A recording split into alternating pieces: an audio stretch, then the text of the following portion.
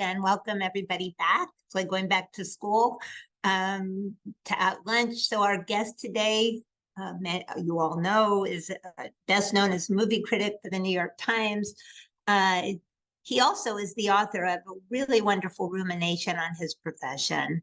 It's called Better Living Through Criticism. There's a link in the chat. I highly recommend everybody reading it. It's just a really smart, lovely book.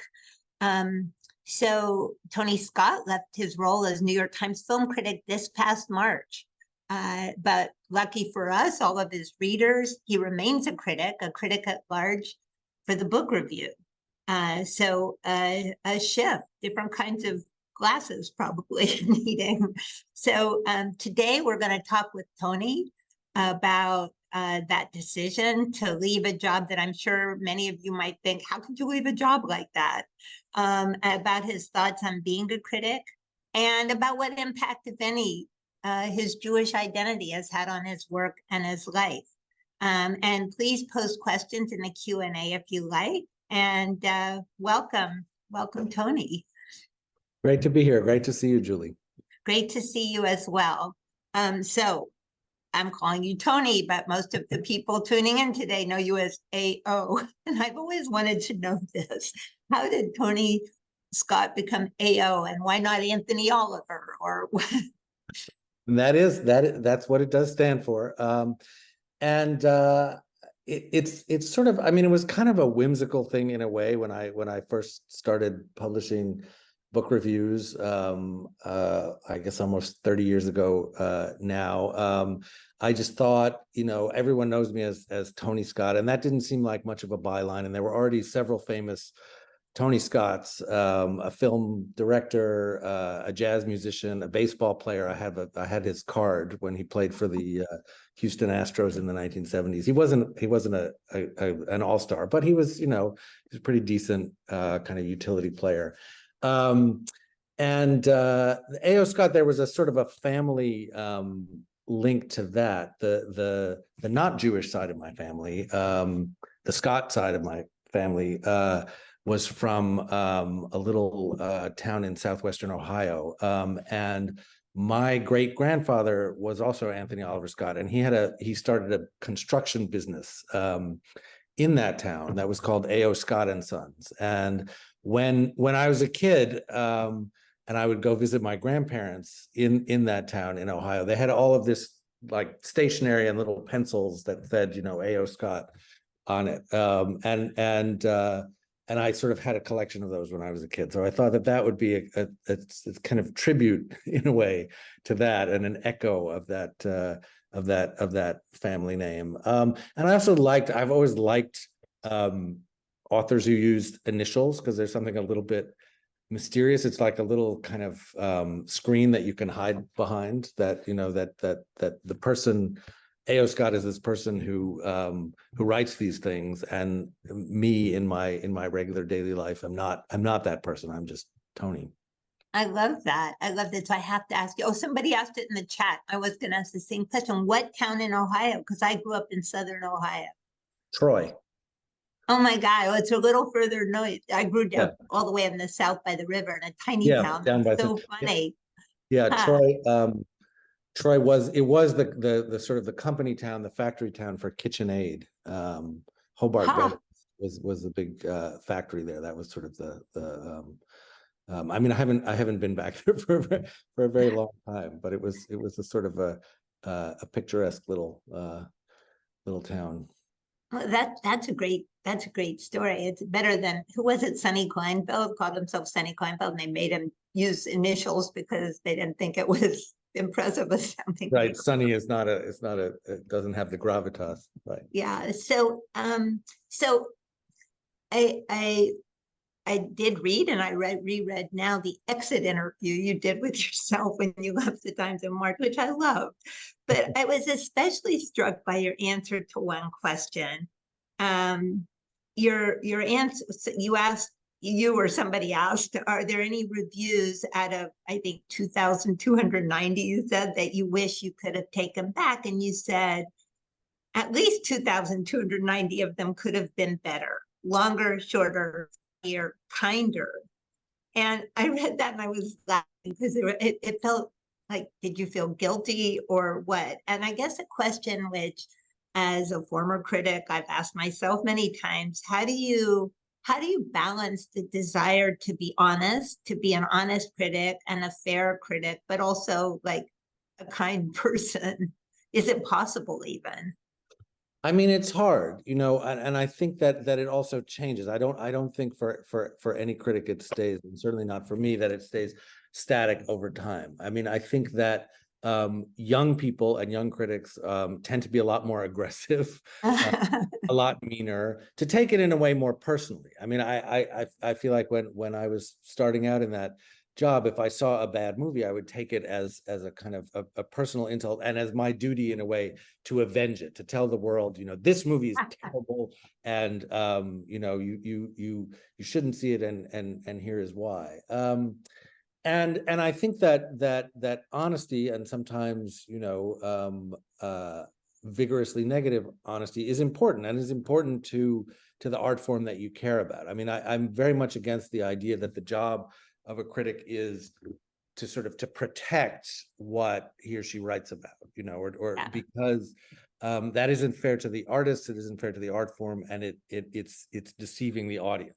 So if you're kind of grading on a curve and you're saying, well, this is, it's not bad, it's okay, it's trying hard, there's some good things about it, the audience, who is your constituency, may lose trust in you, may think, well, no, it wasn't that good, which isn't to say that you don't sometimes overrate or underrate things, or judge them wrong. But I think over time you do realize, or I did kind of come to think that, well, most of the time when you're talking about people's work,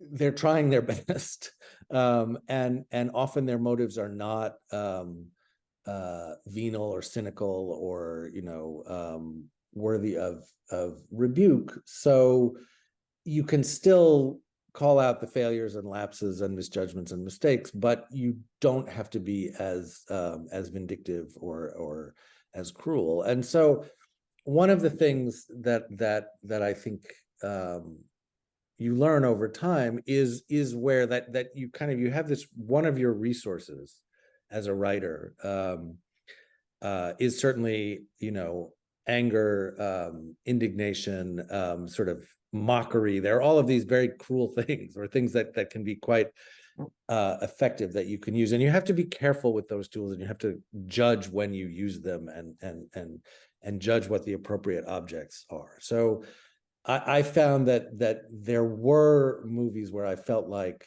and there are movies where not necessarily the work of the individual people involved in them, but the whole kind of enterprise as such struck me as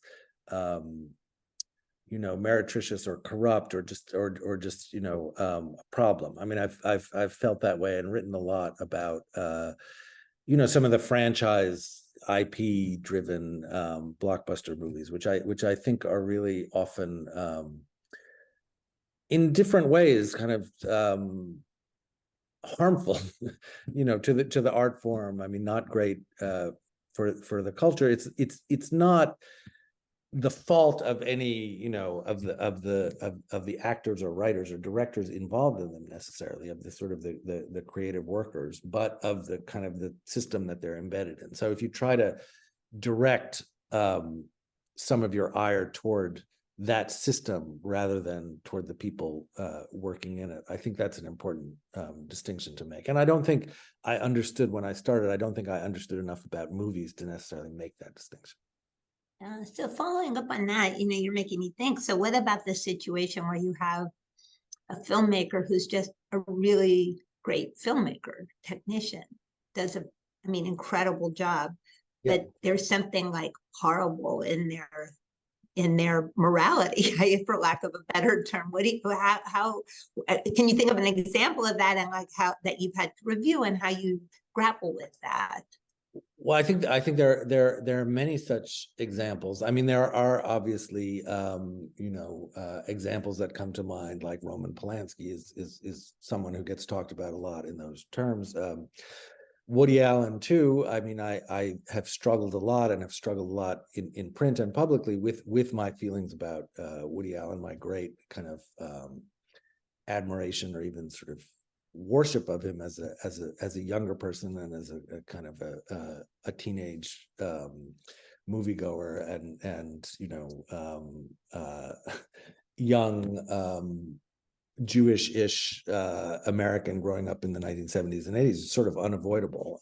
And you know, I had to think about what he meant to me as an artist, given my sort of ethical qualms about him as a person. Now, those cases are, I mean, they tend to get a lot of attention, but I think they're rather unusual. And most of the time, a lot of the times, you just don't know what kind of person it was, right? I mean, there's all kinds of stories there, and you know, the history certainly of Hollywood filmmaking is not full of, especially on this kind of the director side, is not like a chronicle of admirable behavior. But I think there are also sometimes there's another thing that happens, which is a version of this, where there are movies that are technically and you know artistically very accomplished and are also in some way bad or troubling. I mean, I think for me, that's really what, you know, it's interesting. That's actually what I was thinking of. Yeah, like where the internal morality of the movie is like awful, but you completely buy into it because it's so well made. And that's a very interesting case, because I think that's one of the fascinating things about art, that it doesn't kind of come down squarely on moral positions often, and can be very morally and intellectually troubling and also very accomplished. The example for me that I often think about is this movie by the Austrian director Michael Haneke called The White Ribbon, which some people may have seen. It won the top prize in Cannes. And Haneke is a very technically impressive. It's kind of a genius just when it comes to sort of film narrative and cinematic image and creating very intense and disturbing scenarios. And this was took place in a small town in Germany before World War I. And it was kind of, his idea was to sort of investigate the roots of fascism in German domestic and small town life, and through sort of telling the story of a bunch of people in this town. And it's a very kind of troubling, eerie, disturbing movie, and a very impressive one, you know, very impressively made. And I found myself really just in a way at the level of its argument, at the level of its ideas about history and about characters and about the relationship between family life and politics, to be just wrong-headed and wrong and mistaken. But it's very interesting to have that argument at that level, because in a way, I mean, I'm writing a review, so I have you know 12 or 1,300 words, and I have to convey to the reader, like, is this a movie that's worth seeing? And it was very hard, because I didn't necessarily want to tell people not to see this movie, because it was an extremely interesting and troubling movie to think about.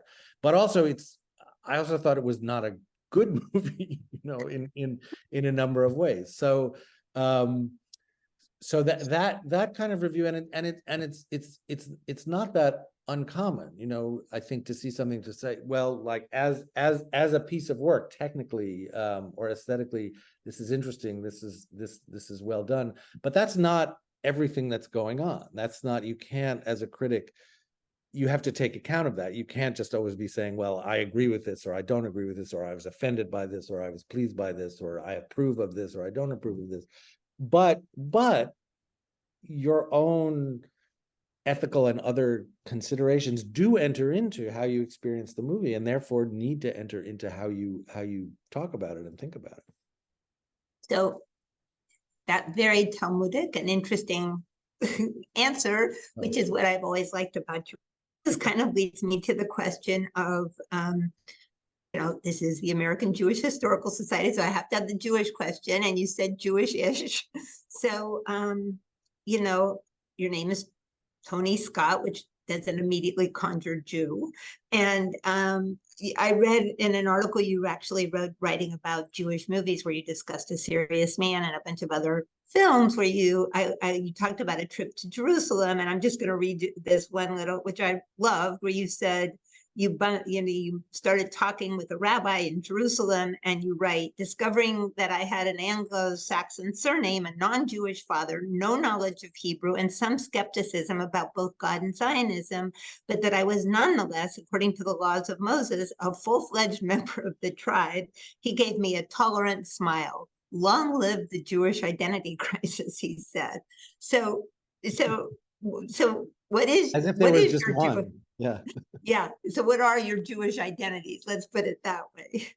Well, I think, I mean, there are layers to it, and in a way that article was an attempt to kind of unravel them and think about some of them, and at a lot of other times, as a critic, writing about books or about movies, you know, I found myself confronting them or faced with them, you know, that there's some tradition or history or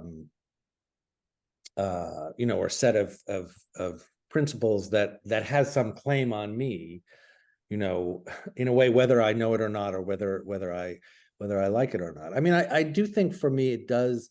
I mean, I talked about my father's side of the family and my mother's side of the family, which is the Jewish side of the family. They were very secular, left-wing Jews of a certain type, who from Brooklyn, and I think that for me, you know, that part of who I was very much about, it was about social justice and you know, ethical commitments, and not so much about religion, and even to some degree about culture, because you know, they both of my grandparents, you know, had grown up speaking Yiddish and were kind of unmistakably old school New York Jews of a very recognizable and much beloved and much missed type and generation, and sort of part of that immigrant generation and that Depression era generation who did a great deal to, I think, set the template for a lot of Ashkenazic American Jewish identity and history after that. But I think too that a kind of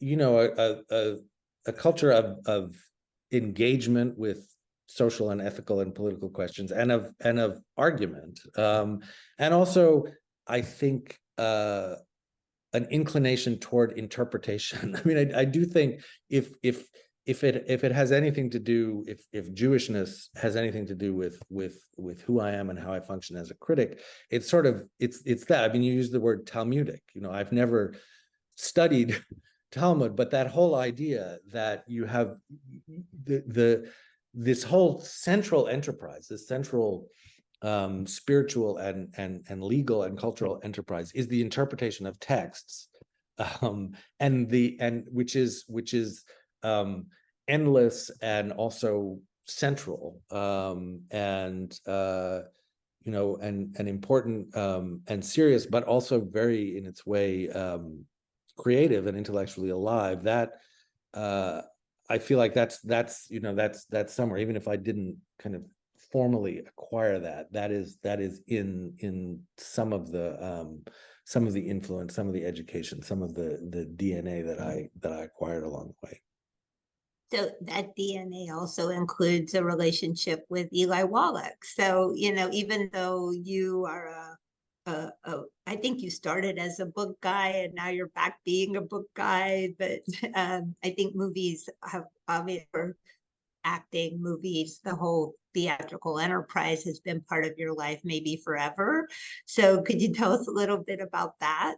Yeah, about Eli was my grandfather's youngest brother on my mother's side, and he and his wife Ann Jackson an apartment on Riverside Drive, which is actually where my parents were married in 1965. And Eli, I mean, he was just sort of, he was very glamorous. He was sort of this celebrity in the family. It was a family of otherwise very kind of like, modest, ordinary, middle-class people. But we would, go see him mostly in the theater. I mean, I have to say his primary love and connection was to the theater, to Broadway. But he would show up on television and in movies. And I think one of my kind of favorite things about him, which is something that is now likely to be quite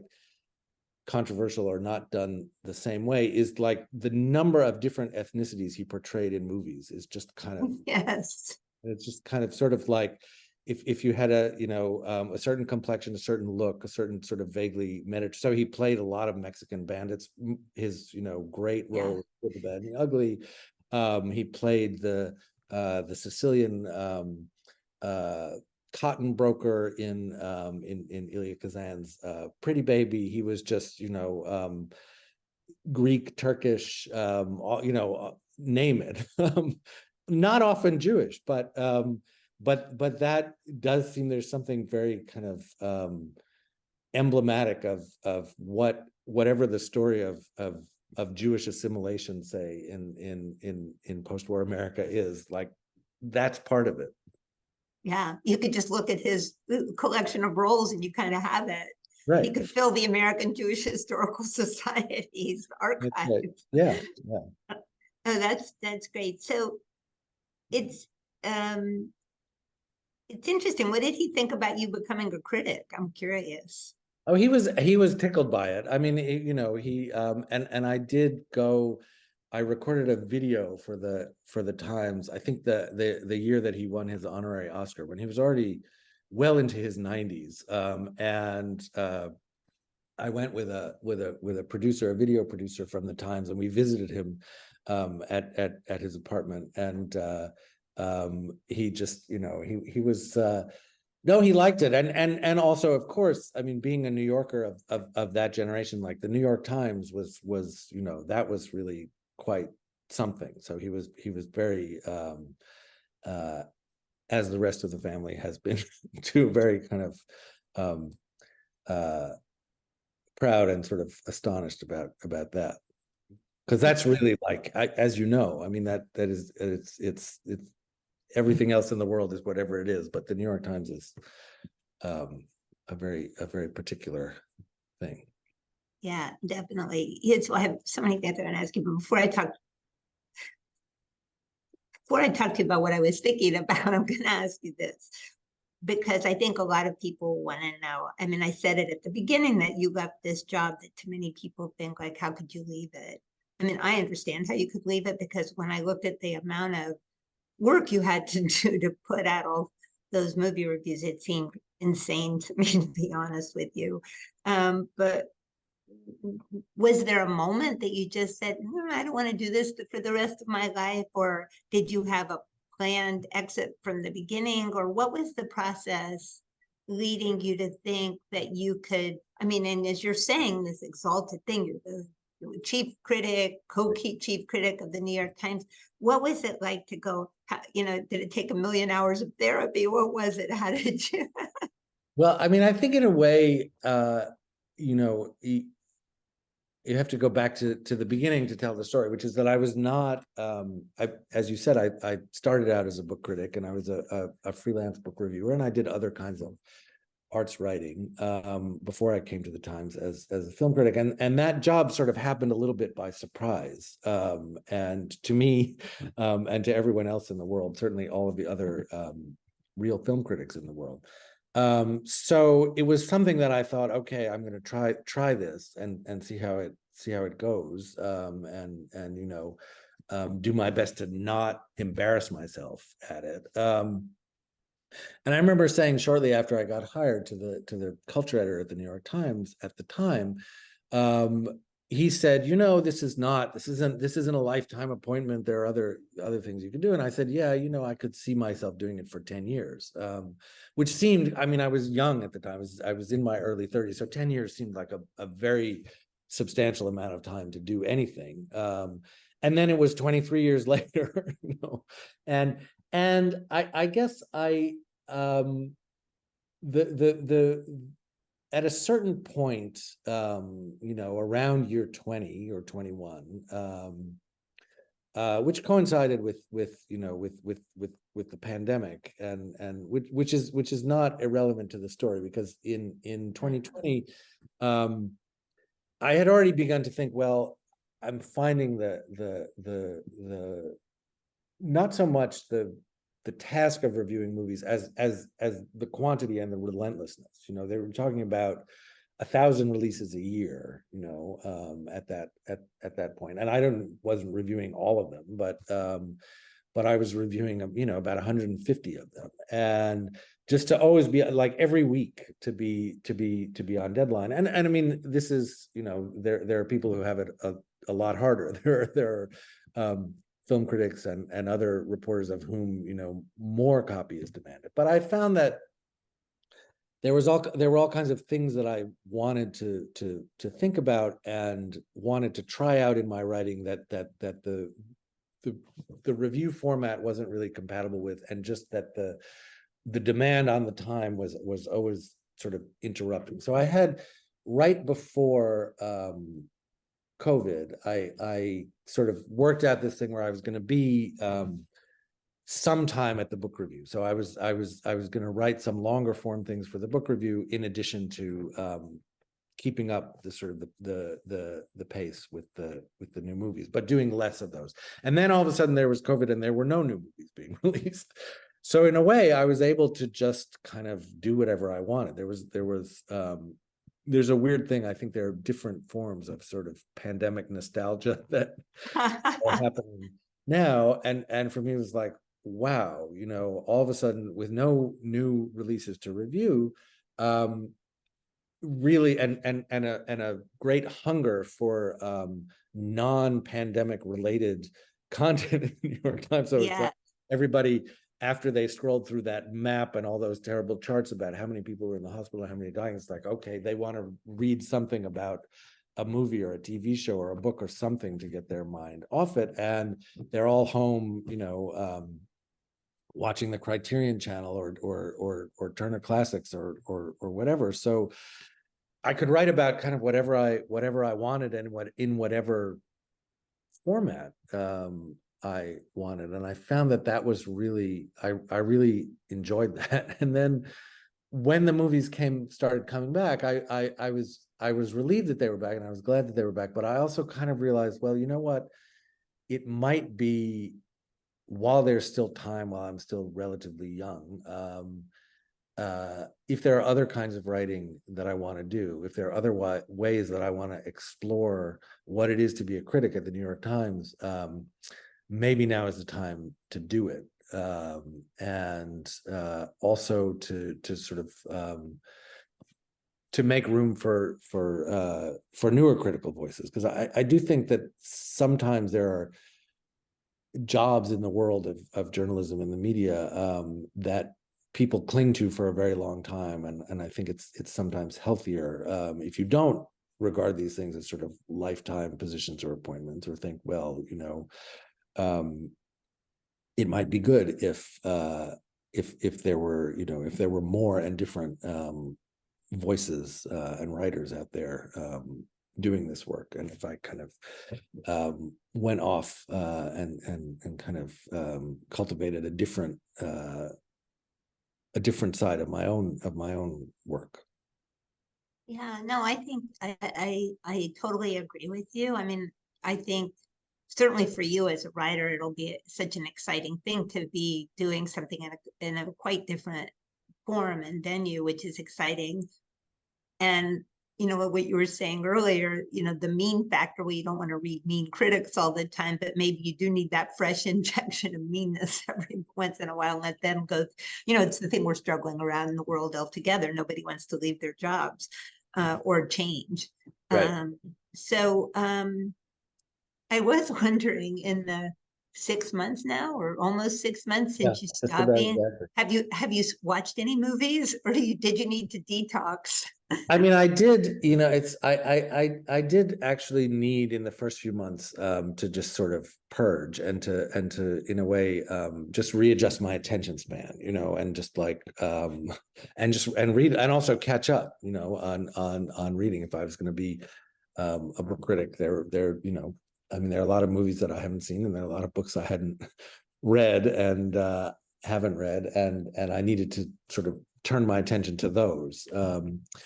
And also just to kind of get it out of my system, not sort of, I didn't want to kind of hang around and sort of be looking over people's shoulders and be feeling like, all of the missed opportunities, that to see a movie and think, oh, damn, I wish I had written about that.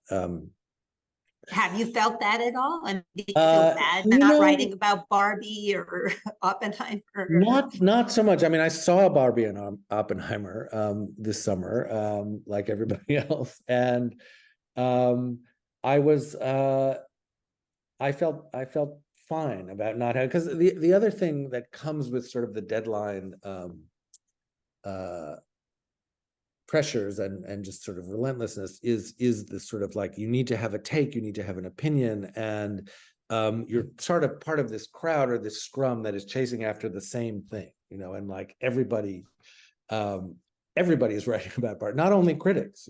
I think every op-ed columnist wrote something about Barbie, and you just become part of this avalanche of content. And it's sort of nice to think more tangential thoughts or more unfashionable thoughts or more against the grain thoughts. So like, the thing I wrote this summer, instead of writing about Barbie, was about D.H. Lawrence's book, Studies in Classic American Literature, which is 100 years old, which I thought basically, me and maybe 10 other former graduate students would like care about this book. But it actually, a lot of people read it. I got a lot of comments and response to it. And that sort of felt like a nice alternative or antidote to being, because much as, if you're a movie critic, much as you want to sort of stand apart or aloof from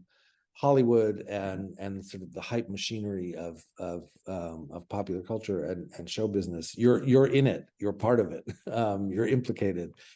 And I was happy. I think I didn't realize until I left how burned out I was about that. Yeah, yeah. And I wanted to ask you, sort of following up on that. I mean, you started doing this in 2000, and the world was quite different then, just technologically. I mean, and the way movies came, there was no streaming, there was no cell phone, I guess there were cell phones, but there was no iPhone, there was no, all of this stuff that we somehow very quickly took for granted didn't exist. And certainly the way people thought about movies and went to movies, and that just the sheer volume of movies that you're talking about has just grown exponentially. And is there some way, just even to encapsulate, you obviously were seeing so many more movies than anybody else, but how did just even the whole process of approaching movies change because of the way the whole process of sending movies out changed?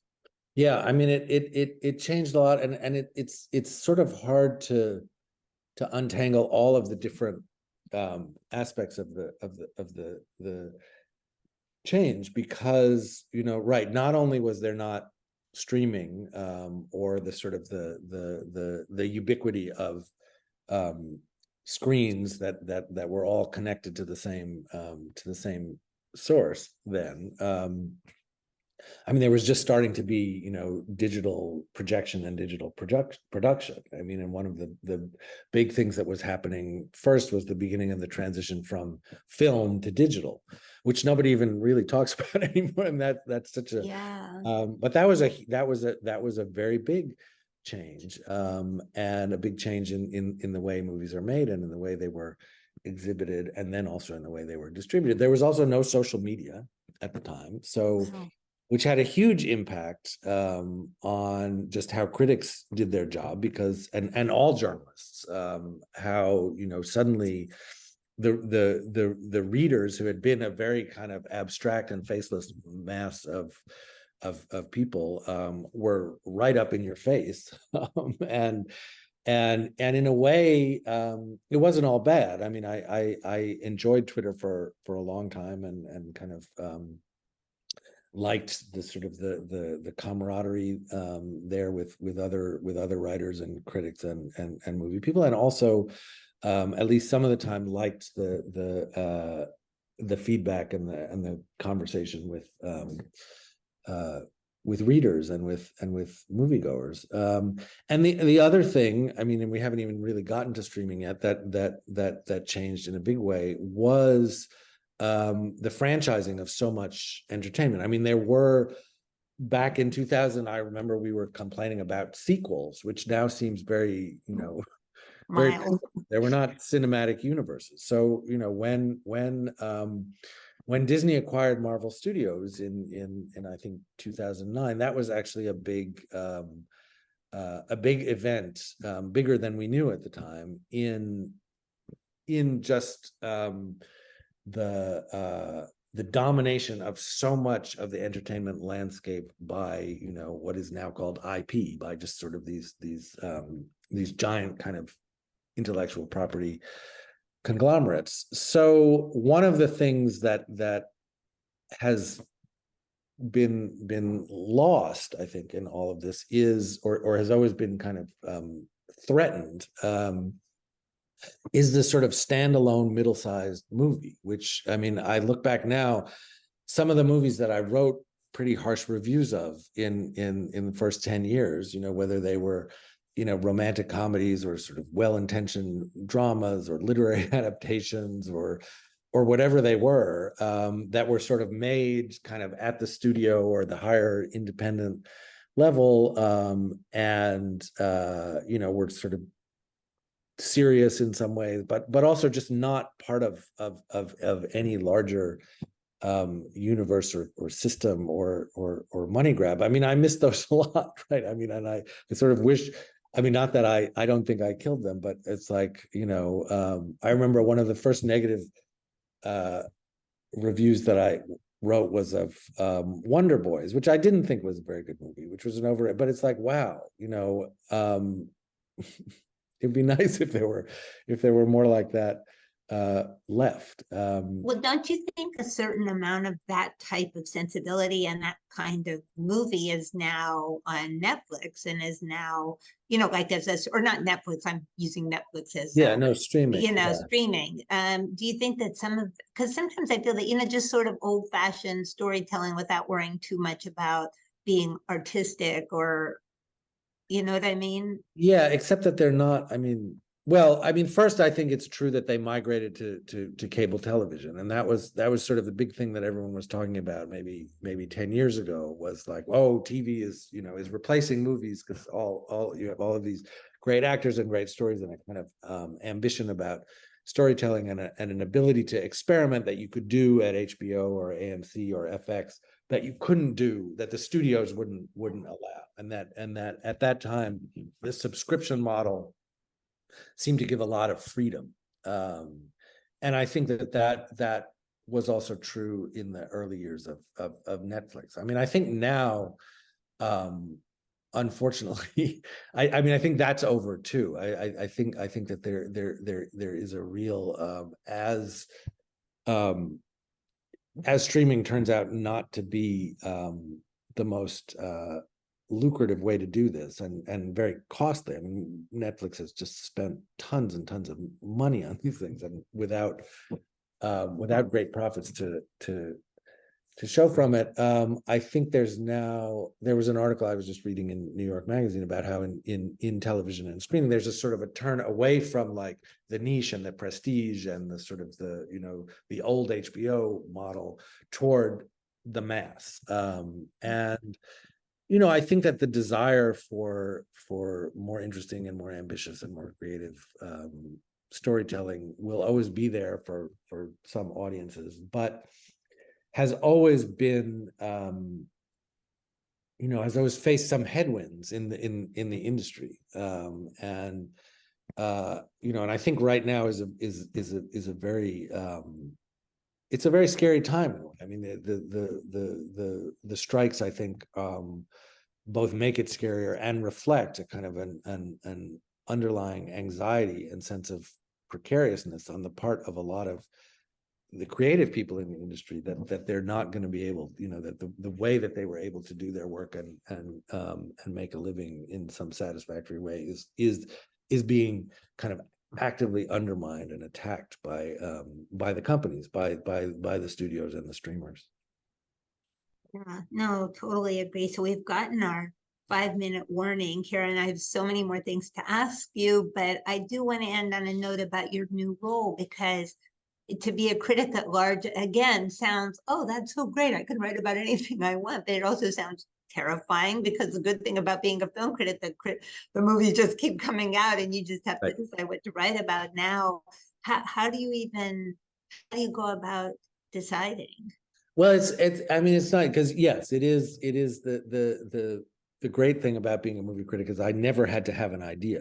I never had to think, oh, what am I going to pitch? It's like, well, here's what's on your plate. And there were, if there were secondary things or sort of more, featurey things or thinky essay type things, I would have to think of those. But I had all of the sort of the material and all of the stimulus for it. So now, I mean, I have to get used to writing less, which is kind of wonderful, and I have to learn how to do it, how not always to feel panicked and guilty if I'm not just like constantly on deadline. But there are wonderful editors at the book review who sometimes will send something my way. Just like yesterday, I reviewed this book about Fox News and Rupert Murdoch by Michael Wolff, which is not something I would have thought to do. But one of the editors of the book review was like, well, what about, why don't you try this? And I had a great time doing it, and it was challenging, and I had to think, I mean, it's the first time I've ever seen my byline on the homepage with a picture of Donald Trump and Rupert Murdoch. I hope the last also, but and then also I kind of to tease out, to figure out, I wrote the first big thing that I wrote in this new job was about kind of the idea of a crisis in reading. And that was a lot of fun and a great challenge to work on, because I kind of, it proceeded in the way that these things do, starting with a hunch. There were all of these things going on. The book bans in certain states, the fight going on about how kids are taught to read, about phonics versus whole language models, whole pieces about how no one's majoring in English anymore, and kids aren't reading anymore. And I sort of thought, well, is there something like, what is this about? And what, again, I'm often interested in what is sort of the idea behind the idea. What is this? What are these political or ideological or other debates reflecting that might lie a little bit deeper? And that was sort of how I wrote the criticism book too, because I kept finding like people saying the same things about critics again and again and again throughout most of history, and thinking, well, what is this about? What is the fact that people keep saying, what gives you the right to judge this? You couldn't do it, or critics are ruining everything. For hundreds and hundreds of years. And it's the same thing with reading. It's like, why aren't kids learning how to read? Why aren't people reading? Why aren't people reading the right things? So I wanted to sort of reflect on well, what is it about this very peculiar thing that we do, of sort of decoding these marks on a page or a screen, and then what that does to our consciousness, that's so important, that's so worrisome, that throws people into such a panic. So part of what I'm doing is kind of looking for things like that. If I'm just kind of reading around in the world, what kind of threads can I gather that might be knotted up into something? And again, I have really terrific editors there at the book review who will kind of have these conversations and let me sort of ramble for a while and then say, well, I think what you're really talking about is this, or, you know, maybe you need to read that. And so it's not, you know, it's not just sort of me kind of stumbling through the library trying to figure out what to say. Well, it sounds really exciting. I think people are going to continue to enjoy reading and following. You know, I always feel it takes a year or so to figure out a new job. You've gotten off to such an incredible start. And I think there's a lot of people, like the people who tuned in here today, who care deeply about movies, but also care deeply about books and reading. And like you're saying, if you think about the craziness of what reading is, it makes no sense unless you're a brain scientist, which I'm not. But really look forward. I think even they don't really know. Even they don't really know, right? So thank you so much. This was a lot of fun. I'm sorry it seemed very short. It flew by. And good luck. Thank you. It was great talking with you. It was really, it was delightful. And great to see you again. You too. Take care. Bye-bye.